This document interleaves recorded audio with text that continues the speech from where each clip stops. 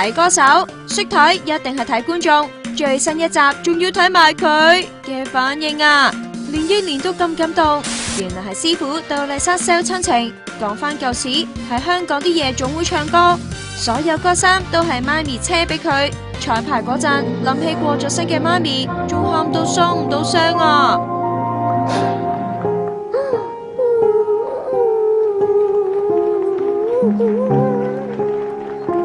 佢現場唱咗《魯冰花》同《真的愛你》，睇下啲觀眾企晒起身，係咪 feel 到好感動先？不過冇用啊，評判就唔多拜噃。第4名，杜麗莎。最後仲出埋歌。徒弟憶蓮雖然今次就拎咗第2名，但佢唱嘅呢首歌《我最親愛的》有啲嘢唔見咗啊！係咯，點解冇咗填詞人林夕個名嘅？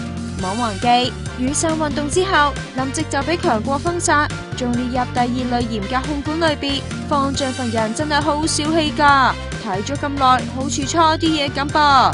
睇歌手點可以冇人飆高音呢？呢個任務就交俾你啦，迪馬希。